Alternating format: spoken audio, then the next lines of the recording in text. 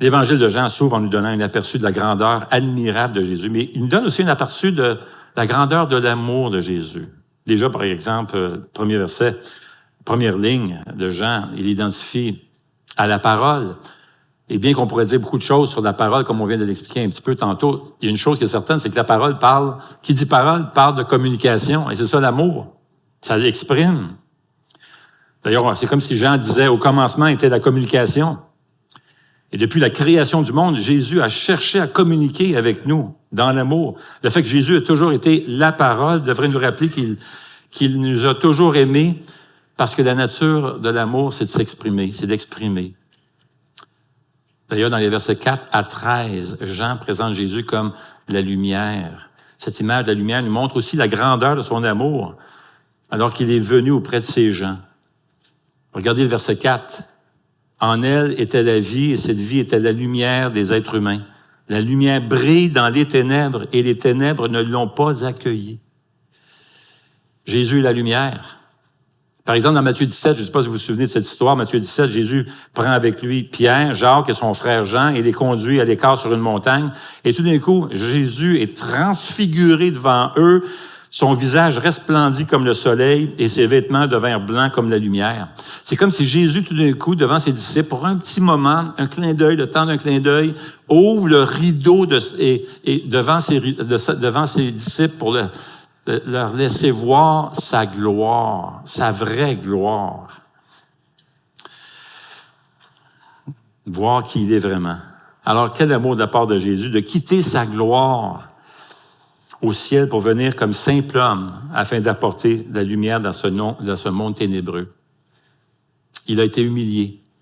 D'ailleurs, Jean va répéter à 3 reprises, juste dans son introduction, que Jésus a été rejeté. Par exemple, au verset 5, il est dit « Et les ténèbres ne l'ont pas accueilli ». Au verset 10, la lumière était dans le monde et le monde a été fait par elle.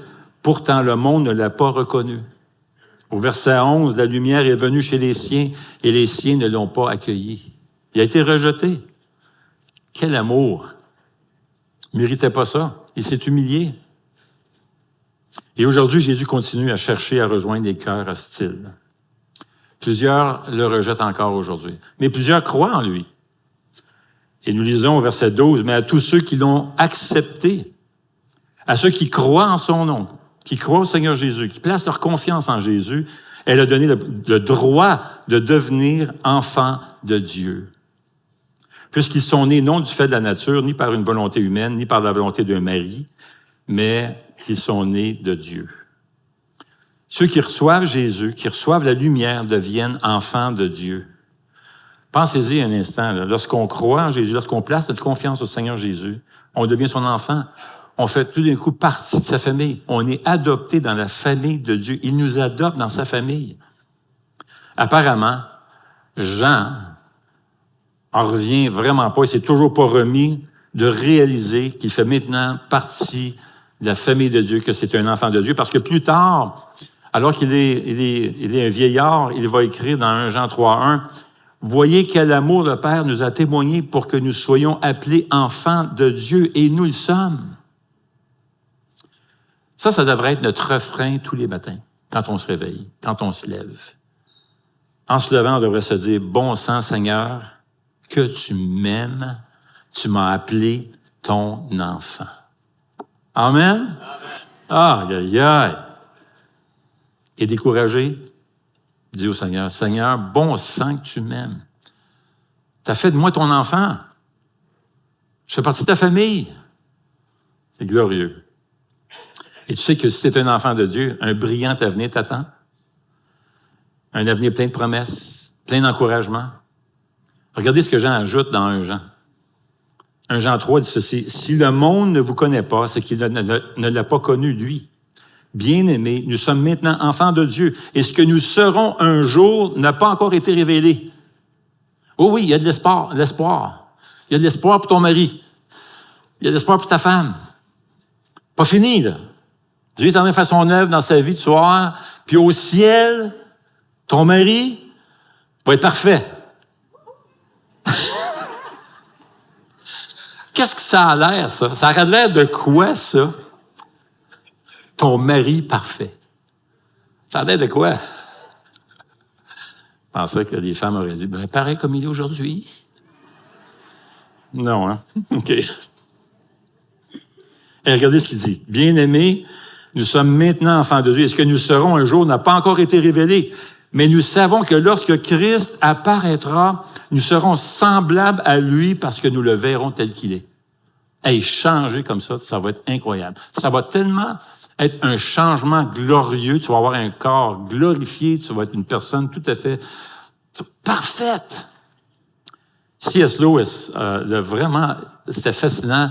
Il a réfléchi à ça, puis voici comment il a formulé ça. Je trouve ça vraiment, vraiment, vraiment bien. Il dit, c'est une chose sérieuse de vivre dans une société de dieux et de déesses possibles. De se rappeler que la personne la plus terne à qui tu vas parler et la plus ennuyeuse à qui vous parlez pourrait être un jour une créature que si vous la voyez maintenant, vous seriez fortement tenté d'adorer. Ou bien l'autre opposé, ou bien une horreur et une corruption telle que vous ne la rencontrez actuellement, le cas échéant, que dans un cauchemar. Tout au long de la journée, nous nous aidons mutuellement, dans une certaine mesure, à atteindre l'une ou l'autre de ces destinations. C'est à la lumière de ces possibilités écrasantes. C'est avec le respect et la prudence qui leur conviennent que nous devrions mener toutes nos relations les unes avec les autres, toutes nos amitiés, tous nos amours, tous nos jeux, toute notre politique. Il n'y a pas de gens ordinaires. Chaque personne a une histoire. Dieu peut se servir de toi et veut se servir de toi pour t'investir dans sa vie, l'aider à grandir, grandir, grandir. Et un jour, lorsqu'il sera au ciel, le Seigneur va le transformer complètement. En d'autres mots, C.S. Lewis est en train de nous dire de vivre à la lumière de l'éternité. Il n'y a pas personne ordinaire. Tout le monde a un potentiel parce qu'un jour, nous serons complètement différents au ciel. Et c'est Dieu qui fait cette œuvre-là, évidemment. C'est pas nous, mais le message de C.S. Lewis à travers ce texte est en train de nous dire, écoutez, c'est sérieux nos relations les uns avec les autres. On devrait prendre ça au sérieux.